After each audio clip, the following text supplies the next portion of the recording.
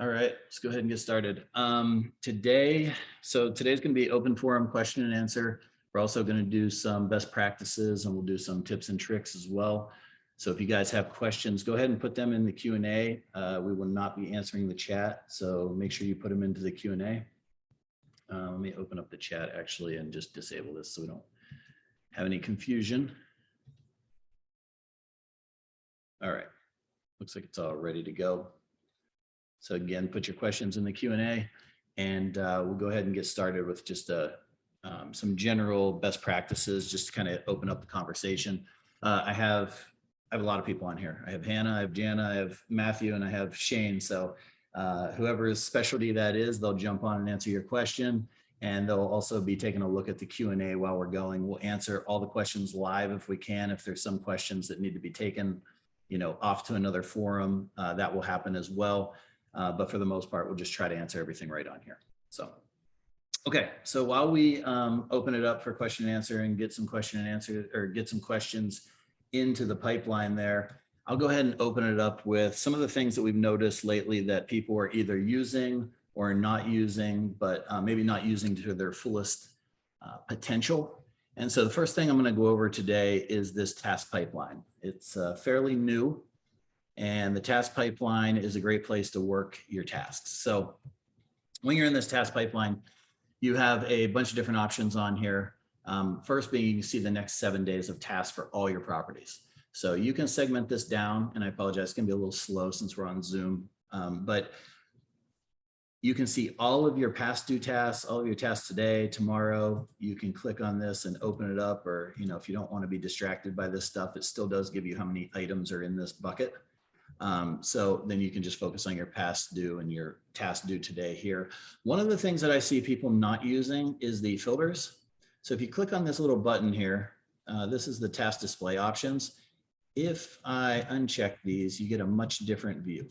So, and depending on what plan you have, obviously you'll have different options in here. You'll have more options the higher on the plan that you get.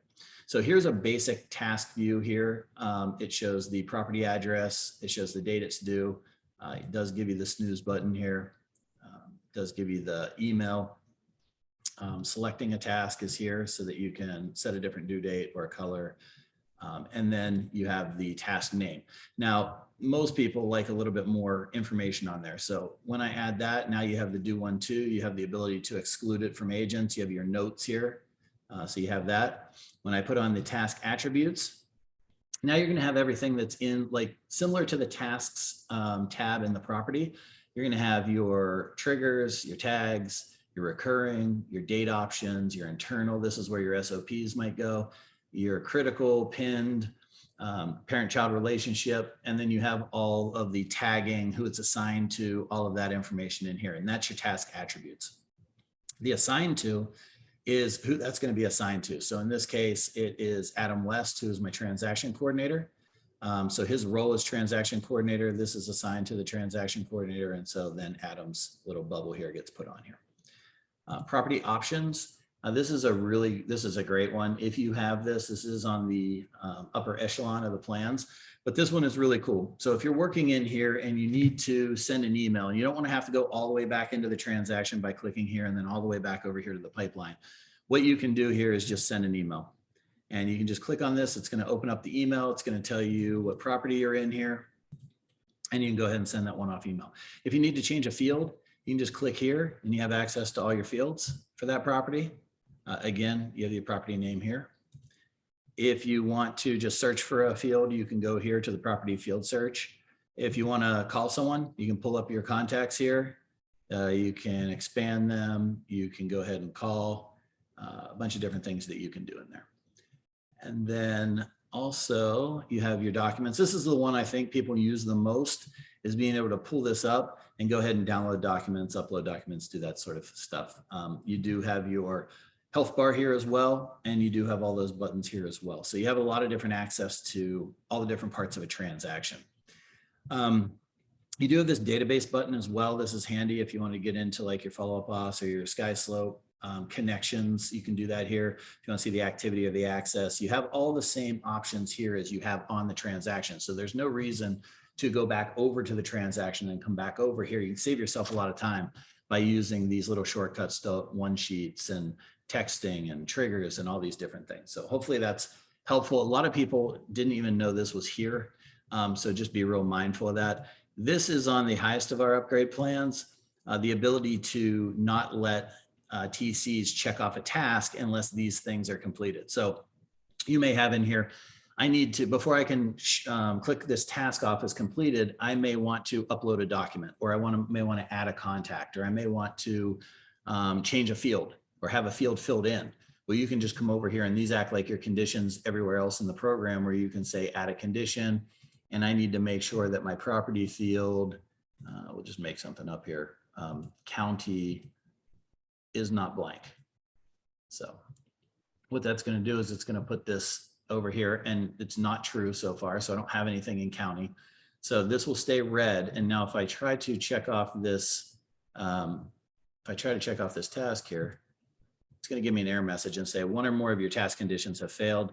So basically what I have to do is I have to go over to this, and I don't even know if this is in there, but I need to go over to my fields, and I don't have county in here, but let me just go ahead and add that real quick, close it. So now if I come into county, oh, sorry, and we'll just type whatever in there. So now that condition is satisfied. And if I come over here, I may have to refresh this page before I do it. Let me just refresh. No, your condition was if it's missing. Oh, was it? Okay, so I just did that wrong. But oh, there you go. I think, yeah, I can't. It is not blank. So now it's true. Yeah. So we're good.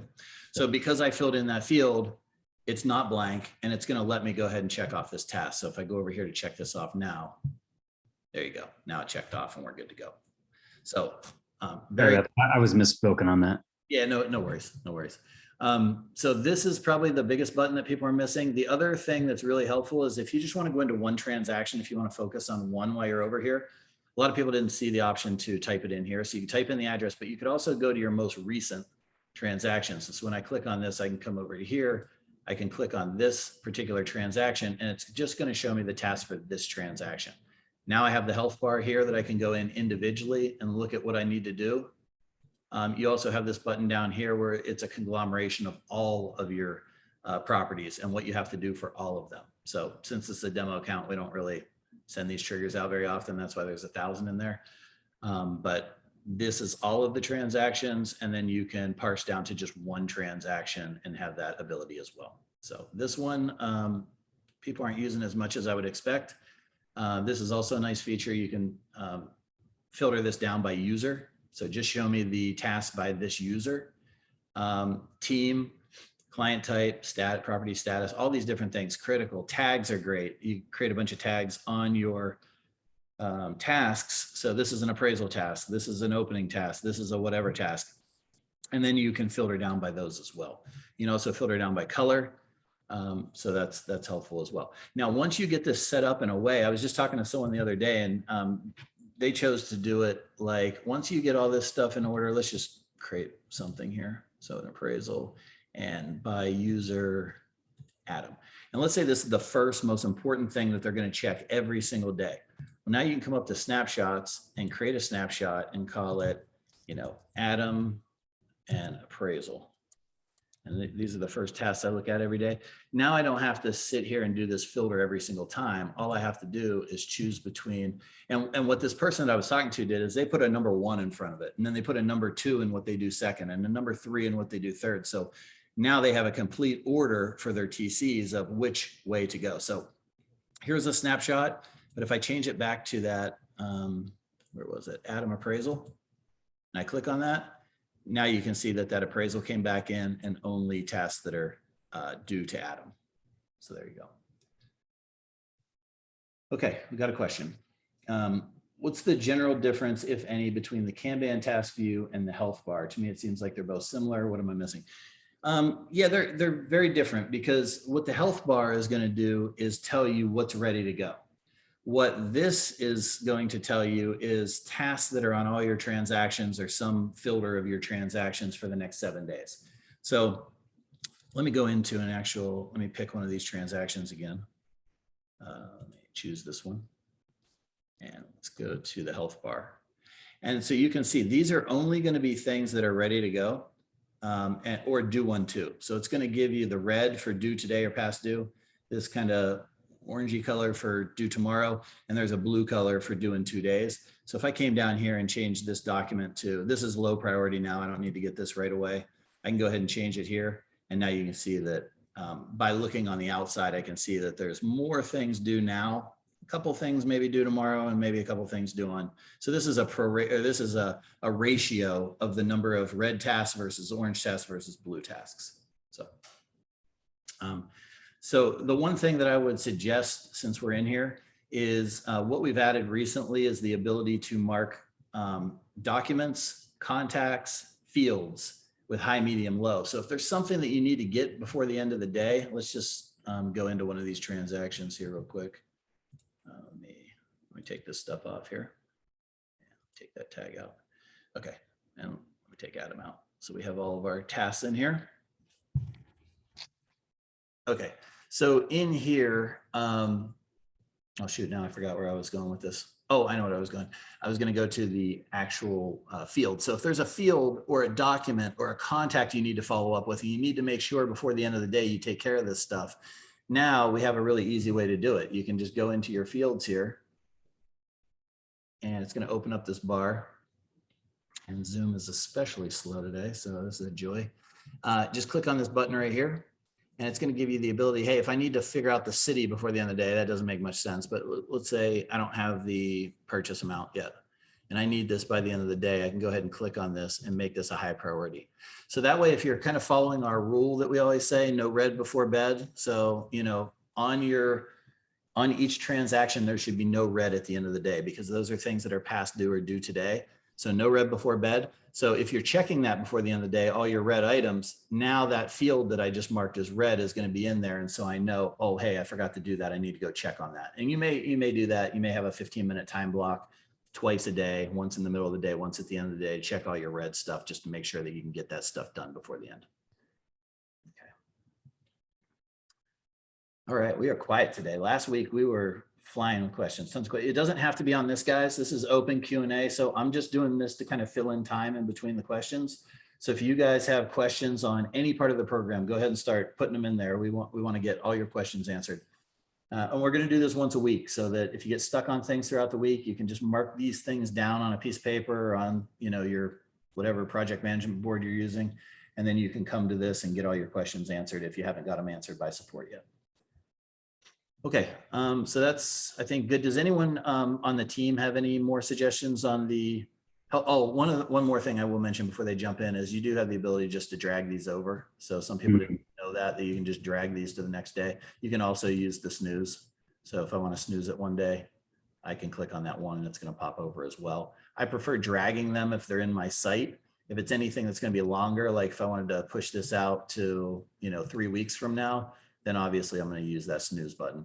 But anything that's within this, I'll just kind of drag it over. I think it's easier for me. Yeah, and you can also filter at the top. So like under the tomorrow column, I think you should be able to sort by address. So if you want to group them together, you can do that. Yep. And select all, select on. Be careful with the select all. If you select all and like do a delete or something, like just be real careful with when you're selecting things. Okay. Okay. I just learned this, so I'm going to throw it out there. Something you mentioned, Andrew, was selecting priority level on your fields. You can do that in your field editor if you want to flag your high priority ones by default. So that's pretty cool. Yeah. Yeah. So if you want like, I don't know, purchase price every single time to be marked high at the beginning of the transaction, then go ahead and just put it in your field editor. Same thing with documents. You can do that with documents in your templates, which is really handy. So if you always have a document that you have to check first to get everything else going, mark it as high, your TC will see that in the system. If you want to just add a to-do that is not related to a property, how would you do that? We don't really, you would have to do like a note. We don't really have like a project management type system in here. We've talked about that in the past, but our main focus is transactions. So if you have something outside, you may want to use like an Asana or a program like that to hold your outside tasks. Now, what you could do, here's a little bit of a workaround I will give you. If you come over here to properties, you can create a property by adding a manual property, and you could name it, you know, Andrew's daily tasks that don't have anything to do with transactions. And you could actually create a property out of that. And then you could create a task list in that property. And then you would just have to remember, maybe make it a color that nothing else is, so you can sort by it, or keep a table for it so that you can go into that project or transaction that's named Andrew's tasks. And you could actually have your task list there. Kind of, you know, not the best, but it's definitely a workaround that you could use for the meantime. Okay, let's jump over to contacts. We got a question over there. Is there a contact template? How do I set up a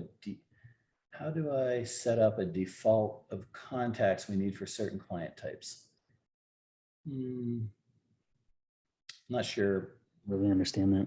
Not sure I understand that, but if you mean like, and you can put another comment in there, but if you mean like, hey, I have the same 5 people for a title company that I want to put in every single time, you can accomplish that through groups. You'd make a group of those people. And then when you're in the transaction, you can just assign that group to the transaction. The other way you could do that is if you had like an escrow officer that always has 5 assistants that work on this, the properties with her, you can come in here and add all 5 assistants to a connection. And then you can choose here whether you want them. So let's just say this is Bob Barker. Every time I add Bob Barker to a file, Charles Barkley is going to get added because he has this box checked. Now, SpongeBob is not. SpongeBob may be his wife, his kids, his uncle, whatever, some kind of connection that you want to see in here, but they're not going to be added to every single transaction. Charles would, because he has this box check. So if you have 5 people that you want to, you know, do that with, you can do that. Contract types. Okay. Let's see here. Knowing who I would need to fill out for each transaction. Okay. Contract types. So you would probably accomplish that through the intake forms. Are you sending these to agents to do the intake forms? I guess that would be the next question. Or if you're doing them yourself, there's 2 different ways to do that. So if you're sending them to agents, obviously you would just make those contacts required in the intake form. And let me just bounce over there real quick. Let's see here, templates. Templates. Okay, so in here, if you want to make contacts required, you can do that here, or this is just a list of suggestions for the agent right now. These aren't required because I don't have anything checked here. And then you can also do it through form conditions. So you could say, if the client contract type is equal to buyer, then I want you to add the contact role buyer for them to fill out. And you can make that required or not required as well. So you could do it that way. Or you could fill it out on the back end when you're actually approving the transaction. Let's just go over to a transaction real quick. And you can put in notes that show up when you're approving the transaction that says, these are the people that I need to add to this. And then you could come over to contacts and just type in those people. So a bunch of different ways you can do it. I guess we'd have to drill down a little bit more on your specific situation and figure out what the best way to do that is. So if I have a marketing assistant that we need to communicate to, let's say, on every transaction, but the person could possibly change, but the role doesn't. No, I don't think we can do that because we don't know who that person is. I guess you're thinking on the teams, like if you assign a role to a team member. Well, what you could do, I guess, is you could create a task list for your people that like non-transactional stuff that comes in on a transaction. And you could say, you know, let's say John Smith is your marketing assistant and he has the role marketing assistant attached to him on the contact role. Then if that person ever changes, you know, say it's, you know, Susie is the new marketing assistant and she's popped into that team. Now she'll be assigned to all those tasks with marketing assistant. So you'd have to do it through tasks if you want to use the contact roles. Okay.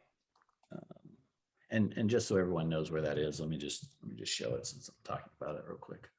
So on your teams here, you're gonna have all your people on the team and then what roles they have. We always suggest think 10 years in advance and create more roles than you need because you're gonna assign each task a role that has to do it. So send opening emails, maybe my email specialist is assigned to that. Now, if I change Adam in the future, Adam doesn't want to do emails anymore and we hire, let's say we hire Maria. And now she's going to do emails just by unchecking that box and checking this new box. Now Maria is going to be assigned to send opening emails on every single file that's assigned to this team. So hopefully that helps. Is there a way to get templates for a new TC? This is my first time and my realtor doesn't have anything put together. Yeah. So if you come over to the marketplace, and that's in the template menu, down here, marketplace. And so right now we have task templates, email templates, text templates, and then you can just go to these email templates. If you want to look at them first, just click on the name of them. It'll show you what the email, who they're sending to, what the email is going to look like, any smart or any merge fields that are in there. And then if you like it, you can import it. I wouldn't recommend just going import, import, import, and then looking through them later, because then you're going to have to delete out the ones that aren't useful for you. So just go down and check them out first, make sure it's going to be something that's useful, and then import. If it's not useful, just go ahead and close it and go to the next one.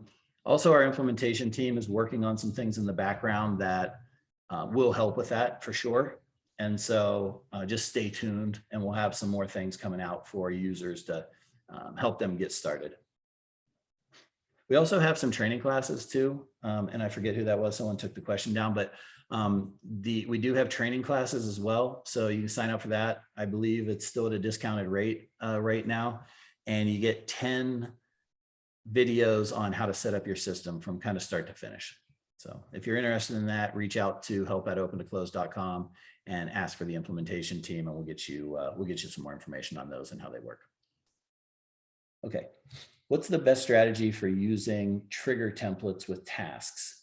Is it setting a task complete and the task not complete trigger? Yes. So let me go over there.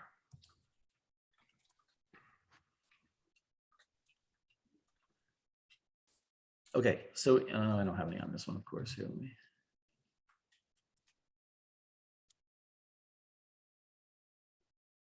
Okay, I'm just going to apply some, manually apply some templates, and I probably shouldn't have applied so many since we're on Zoom. It's going to take a minute. There we go. So when these come in, I'll go to one that's so here's some triggers. So when I check this task off, or when I don't check it off by a certain date, these things are going to happen. What are these things? You can click on them to check them. And in here, you can click on this trigger options to open this up so you can see everything. So in this case, this one's a template. When the task is completed, it's going to notify me to add these, to add this template and remove this template. So those are the two triggers that are happening when the task is complete. This one's also a task complete. So, and under options here, you can see if it's, here, wait a second, let me see here. Oh, here. So where's my send automatically in here? Shane, do you know where send automatically went? Let's see here. In trigger templates? It's not in a template. I'm just in a trigger in a task. Oh, here it is. I'm Oh sorry. yeah, I just toggle that. I totally overlooked it. So if you do toggle this, now this will be sent automatically. So if I check off that task, you're not going to be able to review this email. This email is literally going to fly out of the system. So be really careful and make sure that if you use this, you don't have merge fields, you don't have smart blocks in that email, you're 100% comfortable it's going to go out right every time. You're going to have all your contacts in that you need to, just be real careful. What I typically recommend for this is like a text. Maybe the sign went up in the yard. Some kind of agent update, and you can put a text here to your agent where if it accidentally went out to your agent, it's not the end of the world. You guys have a good working relationship. What you don't want to do is send something out to the client automatically that didn't come out right, and then you look like an idiot. So just be real careful about that. One thing that I'll point out there. So so in this case, all of our triggers are task completed, but you also have the option to, and you would do the adding of the triggers in the templates, but I'm just going to show you here. When the task is not complete by a certain date, what do I want to do? So maybe send a reminder text if, let's go ahead and add that. Okay, so let me apply a template. So I'm going to apply one of my text templates. And once I have that, I can close this out and go ahead and turn that on. And then down here, you can pick your contingency. So when do you want to send it? I want to send it at like, whatever, 8 a.m. One day after calendar day after. Here, so after this task is due. So one day after, an email will go out and remind people. So the way to use this is like on a contingency. If you have an inspection period coming up and it's like a 10-day inspection period, you want to set the task for like day 7 or day 8 so that these go out before the contingency is over. So just remember that. Agents on our same team. Hannah, are you muted? Oh, sorry. So anyway, yeah, you want to set this for like one day after, but you want to make the timeline like 7 days after acceptance instead of 10 days, because you don't want this reminder to go out after the contingency period is over. So just be aware of that when you're setting these up. Yeah, so hopefully that answers the questions or that question. In global contacts, okay, let's just jump over there.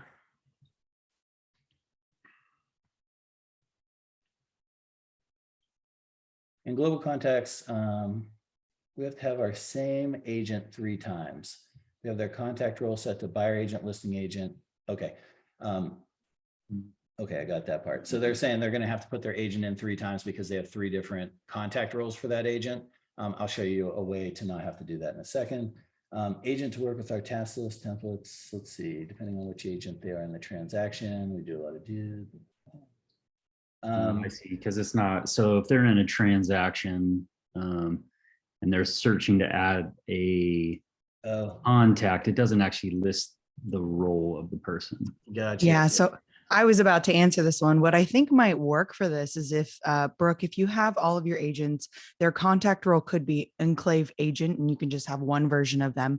When you add them to a contract or you add them to a transaction, if you see on Andrew's screen where it says Shane Horner, on the left or the right hand side, it says appraiser. If he clicks on appraiser, he can change that contact role to buyer's agent, seller's agent, whatever he needs to change it to. That's not going to change the original contact. It's just going to change it for this transaction. So that's usually helpful when you have like 3 people that are recommended as homeowners insurance agents, right? That's their contact role, recommended homeowners insurance agents.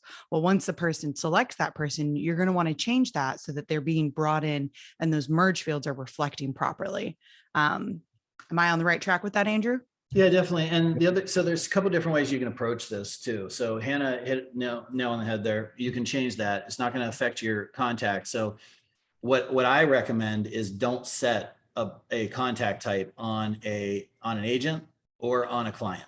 I only do it on things that are static and never going to change. And then I just set those when they come into the transaction. So I would bring in Shane Horner, and this would be blank. And then I would set that when I bring them into the transaction. If you don't like that idea, the other way to do it would be add Shane Horner, but then at the end of his name, put BA for buyer agent. The next one, put Shane Horner LA for listing agent and EA for enclave agent, or however you guys want to do that.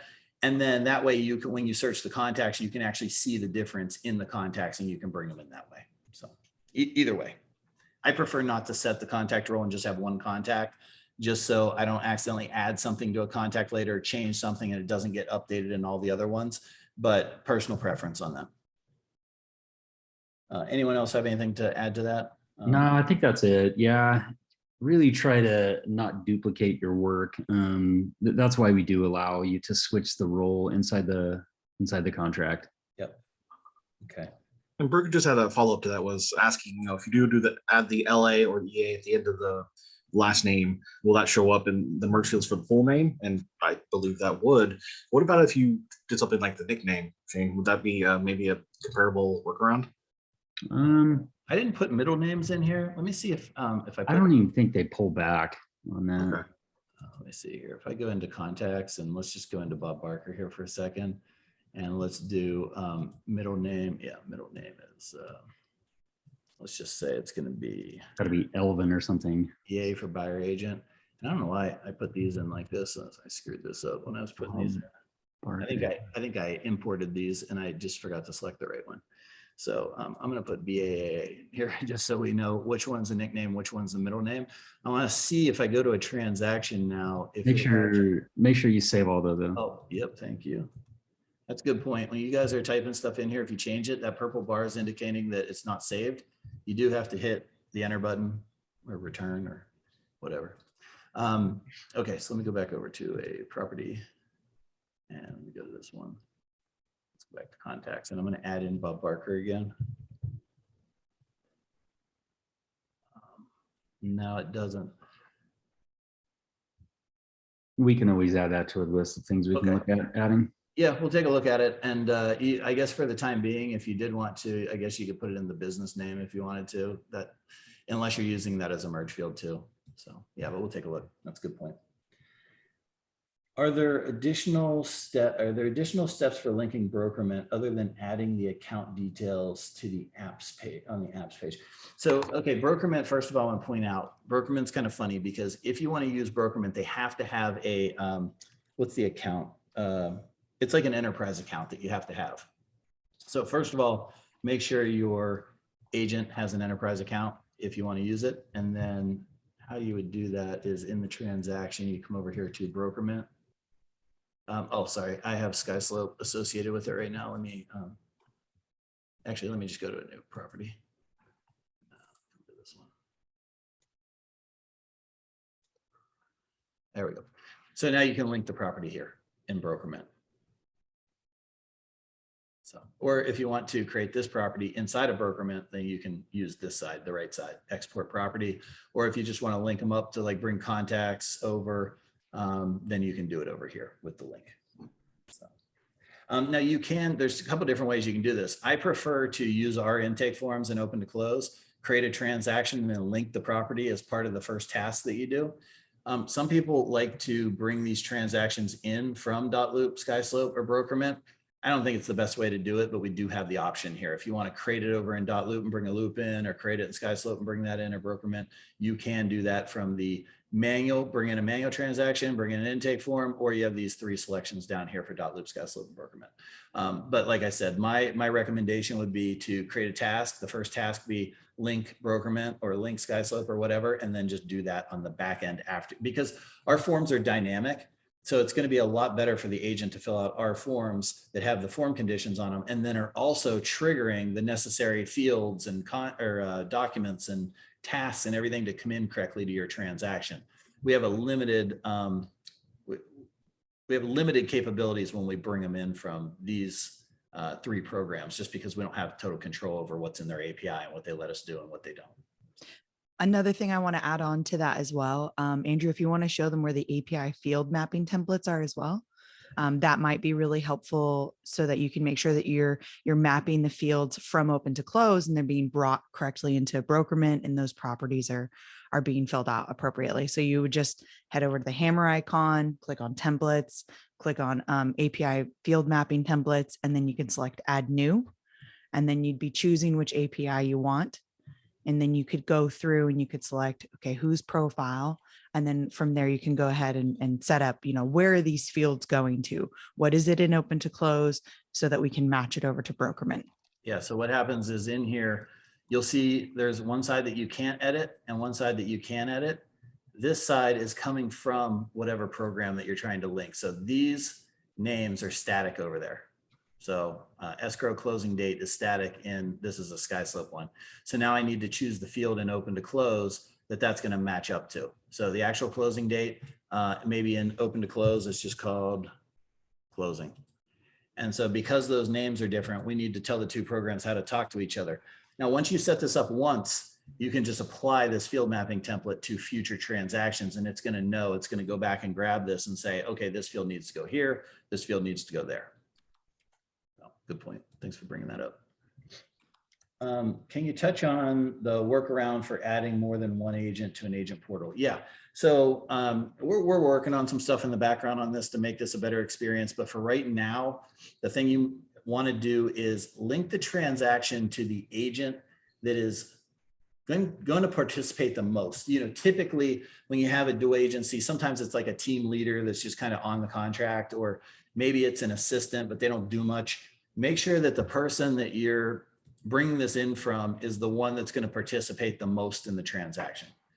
Then you can come over to Access and you can create a client portal for the other agent. So you can send an invite out to Well, let me interject here really quick. Sure, So sure. if you click on agent portal roles, we're actually extending this functionality here in the next few days. I don't have exact timeline, but you'll be able to click on add-on portal agents, and then from there, be able to select whatever agent that you want to extend access to this to.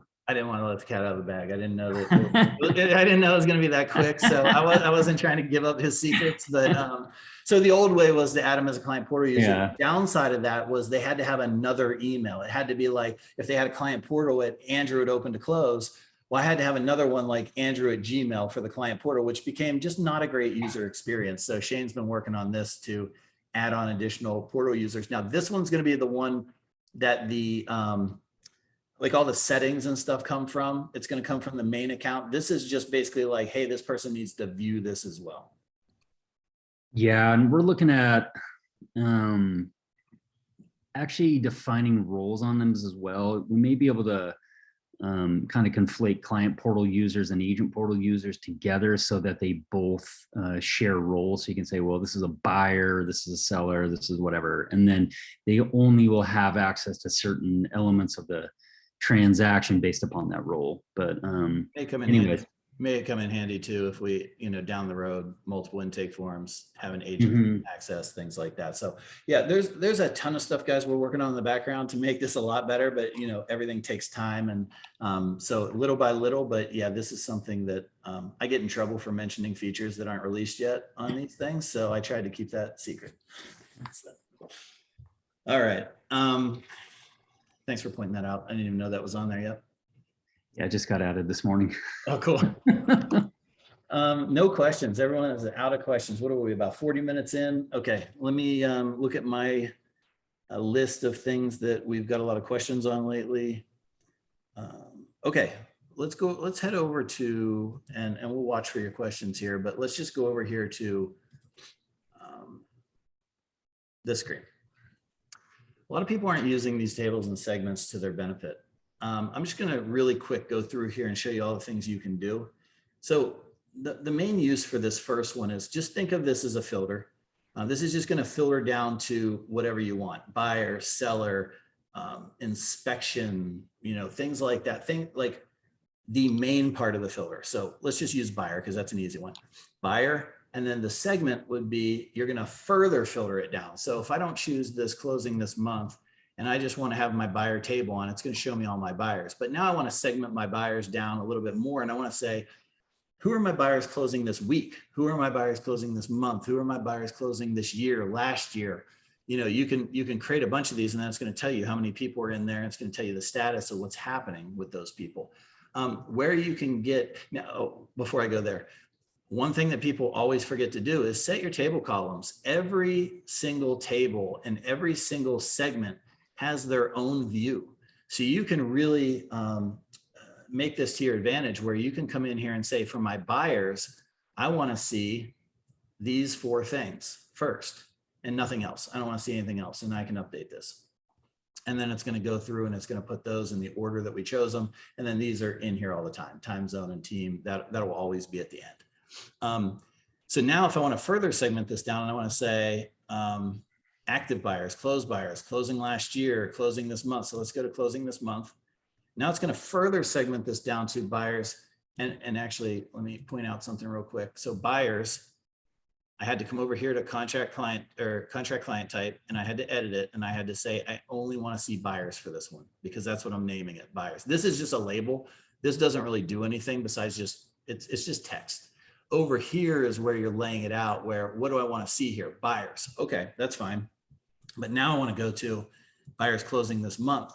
So now in this filter, we already have the buyer on, so you don't need that one again. But you set up the field as closing, and then this month. And so this isn't this month, but yeah, this month. I set it up wrong the first time. So there you go. So now I have it as, when you come into here to this date range, it's going to give you a bunch of, you can do a custom range, or you can do this quarter, last 7 days, next 7 days, last month, next month. So now this is further filtering down this original table. So table, segment, now I have 11, where I had 503 before buyers. Now I only have 11 that are closing this month. So now I can figure out, am I having a good month? What do I still need to do? Oh my gosh, I have so much red. What's my TC doing? And you can do that. You can get really creative with these, but you have to use these filters because these are our fields that are on every transaction that we've kind of hard coded in the system. We don't have many, but the reason they're here is because these are hard coded. So you can do it by the team assigned, the the contacts, the contract status. If you only want to see active or pending, and all of these are customizable inside. All these types of statuses are customizable inside. So like I created this one called peanut butter. So if I click on peanut butter, it's only going to show me the contract statuses that list peanut butter as the contract status. So what people aren't doing, so everyone kind of figured out the whole buyer seller thing. That's fine. What people I don't see doing is if you want a graphical representation and you can change all your actives to green and your pendings to purple and peanut butters to green or whatever you want to do. What you can do is set up custom columns here for each view. And then you could even come down here and say, show me all my inspections that are happening in the next 7 days. Show me all my appraisals that I have dates set for. Show me all my whatever, like any field that you create, you can create a table and a segment for it. So you can come over here to the field and then put that in as the field filter. So anyway, not a lot of people are using these past buyer, seller, closing, active, pending. So get creative and you can use these for a multitude of things. How do I set up views for like the next 3 days? I mean, you could do a manual one, but it's going to stick in there for those 3 days. We don't have that option in here. You would have to do next 7 days.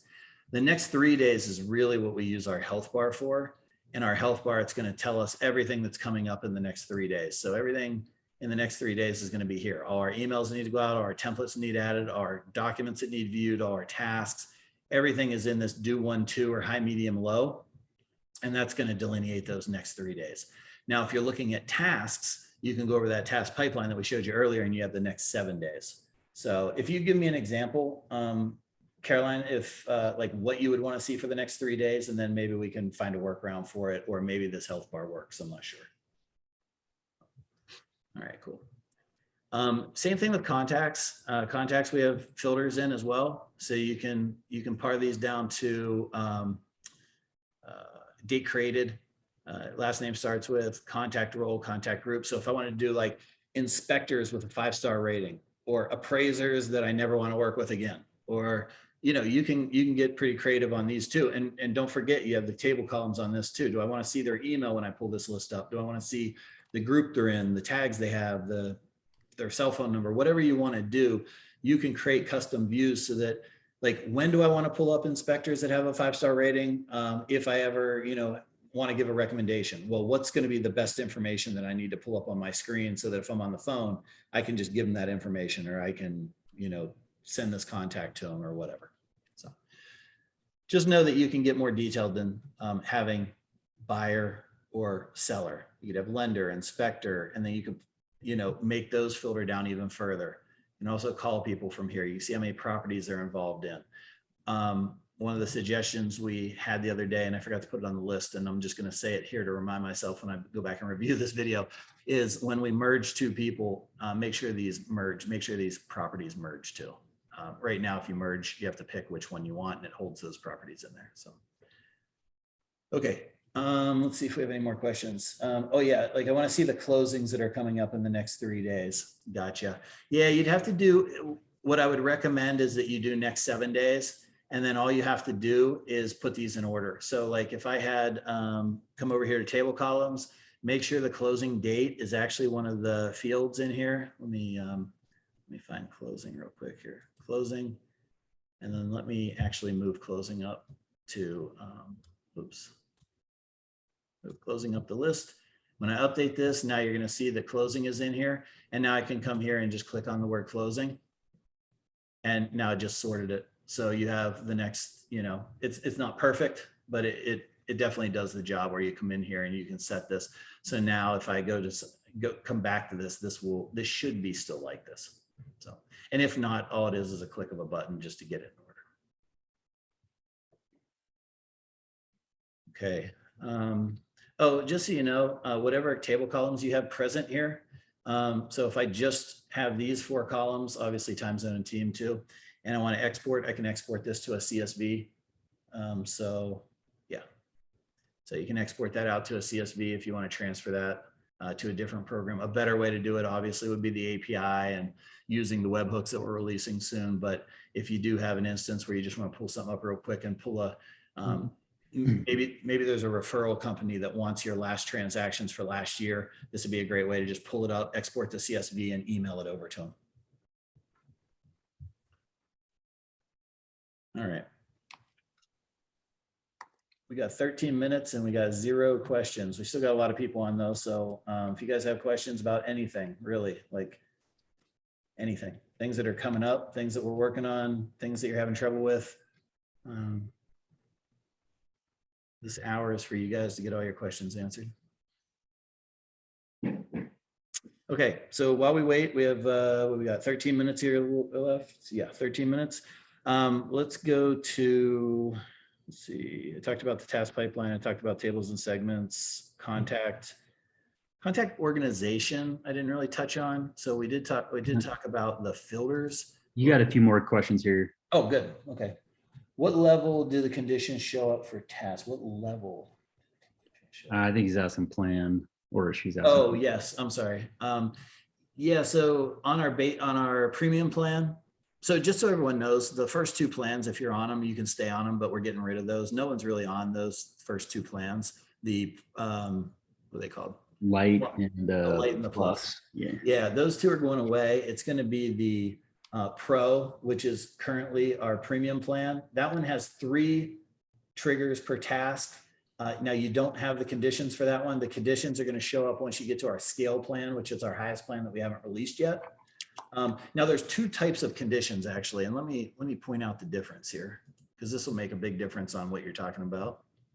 Come into here. So if I go to tasks, let me apply a template. Okay. So there's trigger conditions, and then there's conditions on whether you can check off the task or not. So let me cover both. So in the triggers, if you're on our highest of upgrade plans, the scale plan that's coming out next month, what you're going to see here is the ability to add a condition. So even if you check off this task, when the task is complete, it's going to go down and check your conditions. If your conditions are true, then it will alert you to add this template. If you check off the task, even though it says task completed, this is going to fire, it's going to look down here. And if your condition is not true, then it will not fire that template and will not tell you to do whatever that is. So now you can get really custom, like you could have 17 emails in here for your opening emails. And one of them may be lender. Well, you could say, only if the lender exists, do I want you to tell me to send this email, or only if there's an appraiser on this file, or only if there's whatever. So that's where these conditions come in. Now, the other conditions, and where are those conditions at? Do I not have them, or do I need to pull these out? Let me see here. I don't know if I clicked. Oh, there we go. Okay, so these conditions here are conditions that govern whether you can check off this task. So it's great if you have a new TC, you don't trust them to not check off tasks before certain things are done. You can come in here and set this condition to this document has to exist in the file, or this field has to be filled in, or this contact has to be entered to the file before they can check off this task. And that's what I showed you over on the task pipeline, just in a different spot. And the level for both of these actually is the scale plan. So the scale plan will be $299 plus $69 per user. Our premium plan is $0 base, just $69 per user. Our grow plan is going to be the middle one. That's currently the premium add-on. That one's going to be $99 a month plus $69 per user. And then the big one will be $299 base price plus $69 per user. So you don't get charged. You don't get charged that $99 or $299 multiple times. It's once per month plus your user count. Yeah, and that's going to also include all the webhooks, all DocuSign, which we're getting ready to wrap up. We're on our final stages of approval with them. Hopefully that'll be done by Friday, and then we'll get everybody on beta, or all of our beta users using it. And then hopefully within the next week or 2, we have DocuSign released. Yeah, and that also gives you these triggers. So I apply a template here real quick. I don't know what's in any of these. So these triggers, you don't need to use tasks for the most part. What these triggers do is give you the ability to let the system tell you when to do things instead of you going to a task list. So instead of having a opening task said send an opening email to escrow agent, this just looks and says, well, this doesn't make sense. Let me just, if escrow agent, it should say, is in the property and whatever else, there's a closing date or something like that, then as long as those two things are true, it's going to alert you up in this health bar and say, hey, this email needs to go out. Now you're not having to go to that task list and every single property every day or look at these health bars every single day. It's going to literally just tell you by turning this red, hey, you have something to do on this property. So you're not having to go into multiple properties that you don't have anything to do on. So these, I don't recommend right away until you get very used to the system, but this is a great way to take your transactions even further where you can scale up to over 100 transactions a month per TC on your team. So, okay, can you go over best practice for setting up the FUB integration for each transaction? Yeah, I'm going to do it quick, Carrie. I can give you a video that goes over it more in depth, but just since there's not a huge part of our population on this call on there, I'm going to kind of breeze through it a little bit. Let me go over to here. So what you would do is you come over to Follow Up Boss, and so caveat to this, and spoiler alert, we're working on some new things on Follow Up Boss. I won't go into detail, but there's going to be a lot of cool features that are going to make some of this stuff that I show you obsolete. So you're going to be able to do this a little bit more automated. So widget, if you want them to see that widget over in Follow Up Boss, there's a little embedded widget in their CRM where the agents can see what the TC is doing. All you would do is just come in here, search for a person that you want that to show up on, a contact. You would add that contact. Once that contact gets added, you would set the role. This is very important. If you don't set the role, they're not going to see anything. So I would set that role to, I have one in here for Follow Up Boss agent, which means they see everything. Then you can go up to the content sync, and the content sync is going to tell you what do you want to have integrated into this contact. So let me go to Dan again and add him. And what's going to happen is it's going to say, hey, any of your emails that you send, do you want Dan to see? Yes. Any of the texts you send, do you want Dan to see? Yes. Any of the notes? Yes. Do you want to sync your fields to the Follow Up Boss custom fields? Yes. And then you can sync the fields by coming in here and choosing one of those field mapping templates that I showed you earlier. And what that's going to do is it's going to match up your fields with each other. This will be a lot longer in a real one, but you understand, and then you're going to sync the fields. And now those fields are going to sync over to Follow Up Boss real time. So that's best practice on how to set it up. And then go to Deal Sync. Deals, they just released custom fields over there. So there's going to be a lot that's going to go on with this. It's going to change, but basically you're just updating your stage to under contract or pending or whatever you call it. The name should already be here. Projected closing date. We're going to look at pulling, trying to have a field mapping template for this so it pulls it over automatically. But for right now, you got to put in the closing date, the price, commission value. What's going to happen when you add this deal is it's going to pull this up over here, and it's going to say which agents do you want to sync this up for and which contacts do you want to sync it up for. So if you want this deal to appear in an LLC that has 15 members, you would list those 15 members here so it shows up in all of those places. Yeah, what is Follow Up Boss and why do we need it? You do not need it, Dylan. This is more for agent teams that are on here that want to use Follow Up Boss as their CRM. And we just have a cool integration with them because they have a really good API. And that's what I use personally for my real estate team in Phoenix. So it's just something we chose to integrate, but you do not need it. If you're a TC agency, it may be a good CRM to look at, honestly, because it has a lot of the functionality that you may want to keep more detailed information about your agents that you're working with. But, it's a CRM just like other CRMs. We just prefer Follow Up Boss to a lot of other CRMs, and that's why we did the integration. All right, cool. All right. One cool update that's getting ready to get released. Go ahead and close that. Go to your desktop. Yep. Your dashboard. Oh, yeah, that was a new one.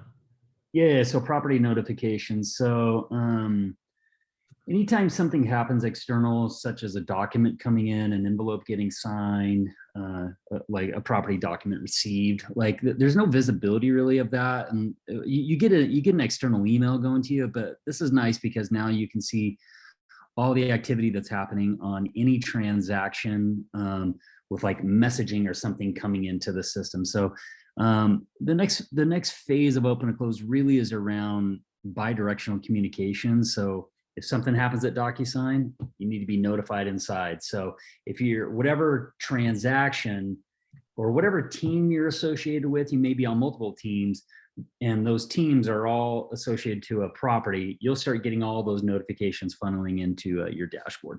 Now, if you click on Elm Valley Drive there, you'll when we do our next update, you'll see there's a little bell icon in the right hand corner of this transaction. You can now click that and it'll show you all the activity, and then you just click marked as red, and that way you can filter all those out. Cool. Wow, that's a good one. Yeah, and this I'm sure can be expanded in the future. I mean, all kinds of notifications that we need. Anything that we bring into the system is like a integration. You know, maybe there's some updates that pop in here, but this is going to be super helpful. Just to point out this dashboard, like a lot of people haven't even added their dashboard clients here. So just check on all these and you put them in whatever order. I like to keep my property history over here and my contacts over here, just in case I need to click into the last 25. But over here is really like my notifications. Like notifications will probably be on the top for me now, but also intake form submissions. So if an agent submits an intake form, instead of having to go over here and go to submitted, it's right here. And yours shouldn't have 50 things on it like mine. I don't, you know, we do intake forms all the time just to test them. We never take them to completion. So you guys should only have, you know, a few of the ones that your agent submitted just for the day. So you can clear these out. The other thing is unapproved documents. So if you want to look through documents here and approve them for this transaction, you can do that. So this document has not been approved. You can scan through here. You can open it up in your browser. You can do whatever you want. And then you can approve this. And oh, I don't have a file roll on it. So once I put a file roll on it, I could approve it, and then it would leave this space here and go over to the, you know, it would be approved in the transaction. So I like to have all my notifications on the left and then all my quick, you know, quick hitters to jump into Bob Barker if I needed to on the right. So.